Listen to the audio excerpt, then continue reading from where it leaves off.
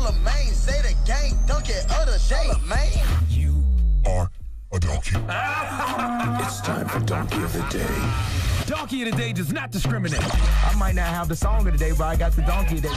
So if you ever feel I need to be a donkey, man, hit it with the heat. Yeah, it's the Breakfast Club, bitches. Who's Donkey of the Day today?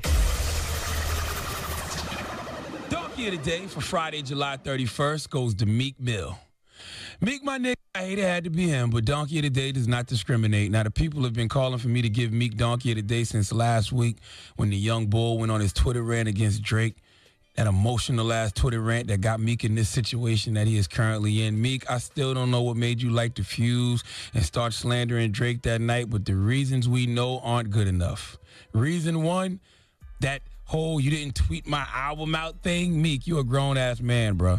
My brother, you got to stop caring about petty stuff like people tweeting your album out. The only people you should be mad didn't tweet your album is anybody who works for MMG or Atlantic Records. That's their job, okay? You did it to Wale. I understand being mad at Wale. That's your label mate. You guys seem to be friends, but Drake tweeting the album? Nah, bro. Nothing to worry about. I understand, Meek, you want to get back the love you give out to other people, but that's not the way the game works. In a perfect world, yes, when you show somebody love, they show it back, but this isn't a perfect world. And honestly, after seeing how Aubrey Graham is clearly 3 steps ahead of everybody, he probably didn't tweet your album because he knew this was coming. Because for you, Meek, to flip the way you did over a tweet, even though we know it has to be a deeper issue, clearly you never liked Aubrey Graham anyway, and he probably knew that. Now, let's just get to it. Meek Mill, that diss record you put out last night was garbage, bruh. Okay, yes, I know you wanted to get right back at Drake, but if I thought for 1 second that record you put out last night was the best you could do, I would have told you, chill, bruh. Where was Kevin Hart to be your no man? You needed a no man around you last night. You needed a no man to say, no, don't put that out. What are you doing? That's not it. This guy, Drake, was so well calculated, down to the artwork. For back-to-back. He had Toronto Blue Jay Joe Carter hitting a home run in the World Series against the Philadelphia Flyers. He strategically released the record on a day that Toronto played Philly in baseball. He put my name in the record, said he was going to buy me bottles, and actually sent me 6 bottles. Drake repositioned you and Nicki's relationship. Now people are running around saying, Nicki wifed Meek. They got the memes with you in her wedding dress as the bride. Nicki is the groom. My brother, Aubrey Graham, made you look crazy. And that's what you're supposed to do in a rap battle. Make your opponent look crazy. It's just playing the dozens to the beat. That's all it is. And clearly, Drake is funnier than you because we laughed. Oh, we laughed at your expense. But when I heard that diss record last night, I cried.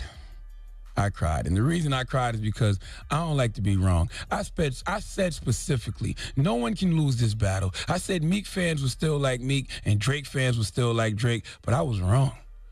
You lost. Not just the battle, but public perception. I actually see people who didn't like Drake respecting him now. Even my hating ass said I'm a fan of Drake this week. And I'm still a fan of you, Meek, but I'm not going to front. The intro don't sound the same to me right now, bro. I heard it yesterday in the Viacom building, and the part when you say, hold up, wait a minute, y'all thought I was finished? I thought to myself, yeah, you are. It's over.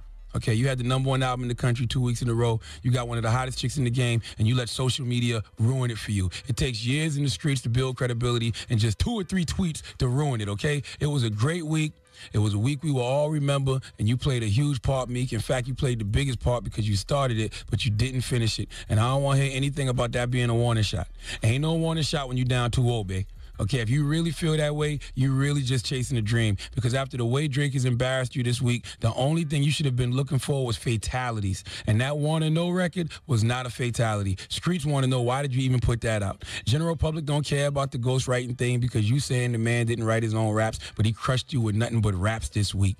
You said Drake got peed on, but Meek, he defecated on you with bars. So y'all kind of even. I hate to admit this, but Safari, SB, his diss record was better than yours. Okay, I'm lying. I went too far. All right. But the moral of the story is the battle's over. Nothing more to see here, folks. It's done. Meek got bodied by the singing nigga. Between Bill Cosby and Meek, I don't know who let Philly down more this week. I would like to thank Aubrey Graham and Robert Rameek Williams for a very exciting week in hip-hop. And clearly it was only 3 winners in this whole situation. Okay, this week it was us, the fans of this beautiful culture called hip-hop. We won. Drake definitely won. And me, Charlamagne the God, I won because I got my name mentioned in the winners bars, and I got 6 bottles of Dom Perignon, Dom Kennedy, whatever you call it. It's champagne. Give Meek Mill the biggest hee-haw, please. The Breakfast Club.